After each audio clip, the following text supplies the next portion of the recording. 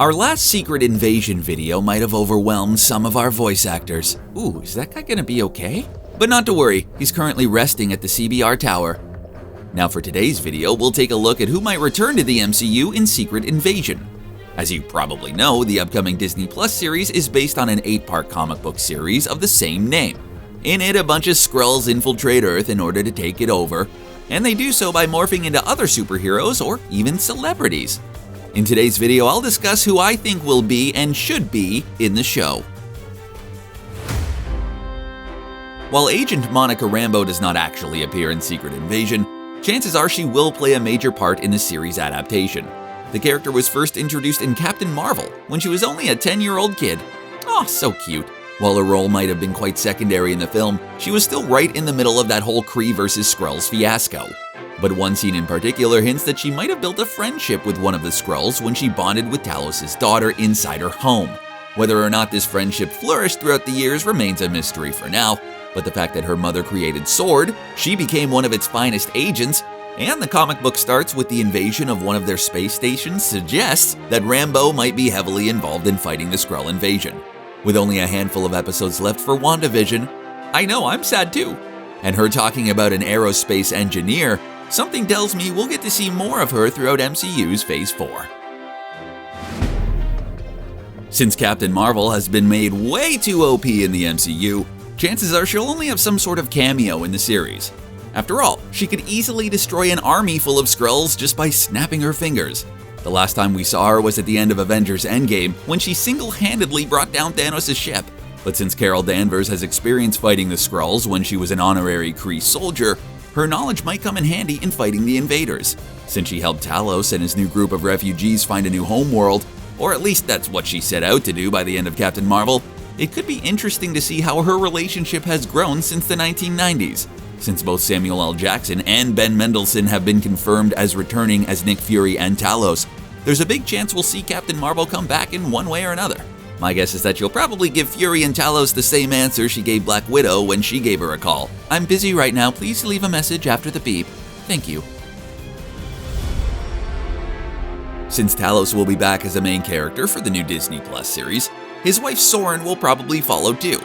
She was introduced with her husband during the events of Captain Marvel as one of the Skrull refugees living in Marvel's abandoned lab. But that wasn't the last we saw of her. In Spider-Man Far From Home post-credits scene, it was revealed that Soren and Talos were actually posing as Maria Hill and Nick Fury during the events of the film, without Spidey even noticing. Come on, Pete. While we did see the two Skrulls give a call to Fury, who was enjoying his time in a beach simulation sipping on coconut, there's nothing that proves that it was actually Fury we saw. What if Soren and Talos are actually double agents working with the invading forces? And the space station or spaceship we saw during that post-credits scene was the Skrull invaders' secret base.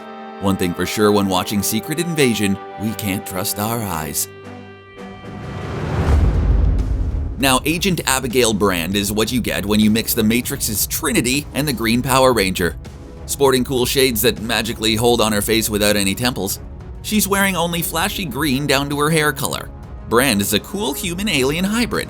While Tyler Hayward has been named acting director of SWORD, after Rambeau's mother's death from cancer in WandaVision, I have a feeling he might not last long. When the SWORD space station is attacked in Secret Invasion, Brand acts as the organization's director and is one of the few who survives the attack. While she may not have her dream job during the series itself, with her fighting skills and her special ability, she could be an asset for the new agency.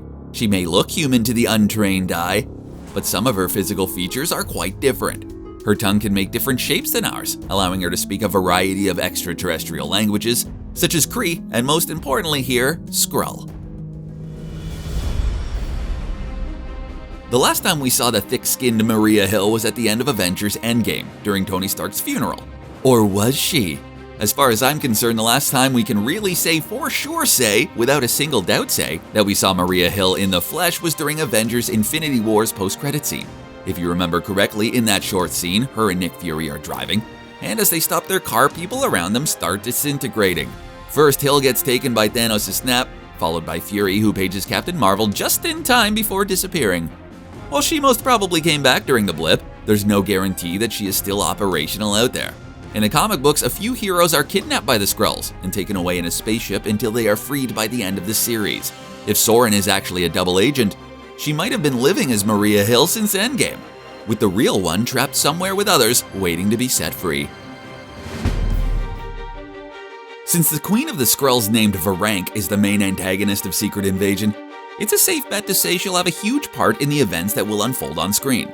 While in the comic book she steals the identity of Jessica Drew, also known as Spider-Woman, there's a slim chance that that will be the case in the MCU adaptation. But there's a rumor floating around that she has been there all along. Which character she shapeshifted as all this time is sure to make for an amazing plot twist.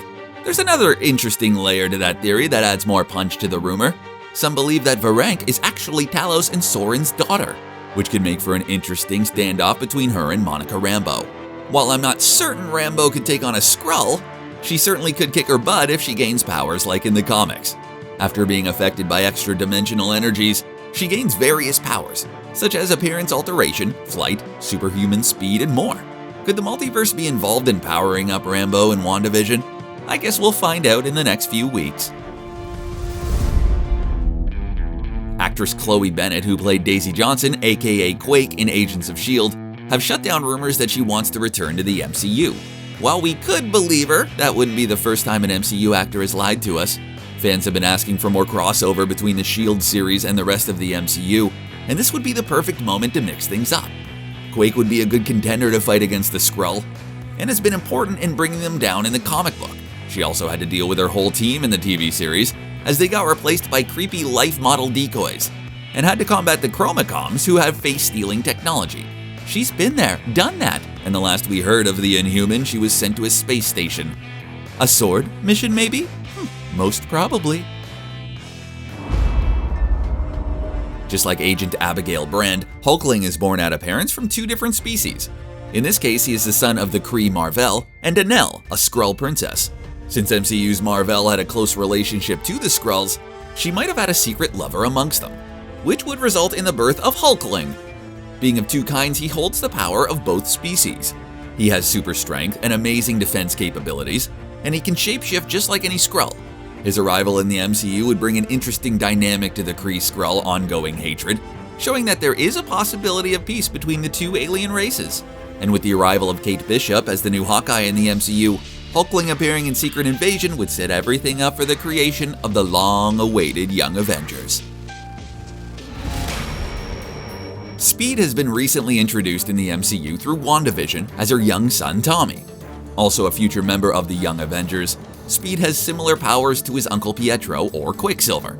The fact that he has the ability to grow at a very fast pace, to the surprise of his mother Wanda, might be due to the fact that while he can run really fast, he can also accelerate molecules.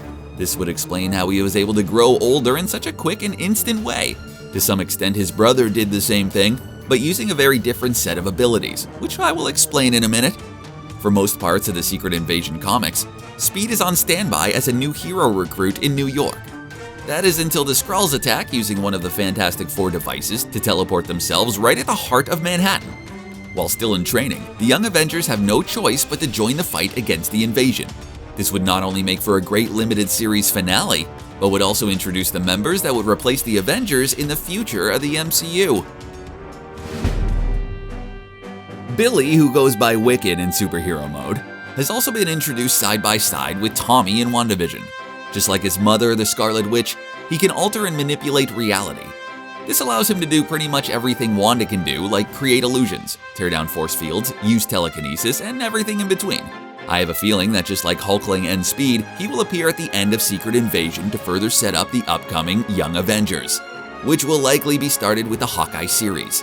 The introduction of Wiccan will not only be the occasion to start a new team of young superheroes, but also right the lack of LGBTQ representation in the MCU so far. While Joe Russo played a formidable gay character for like 30 seconds in Endgame, and Valkyrie is now officially made bi, there's still a lot of work to do in the area. I mention this because Billy and Hulkling form a couple in the comic books, and even got married in the August 2020 issue of Empire. If the MCU stays true to these characters, this would mean that they're about to enter a new age of superhero movies, one that's progressive and also empowering for everyone. Another contender that did not make the final list but would be amazing to see on screen is the Skrull named Kill Rit. The Super Skrull has the power to replicate superhuman powers, and has been known for using the Fantastic Four powers against them. If not in Secret Invasion, I really hope we get to see him work his magic in Fantastic Four.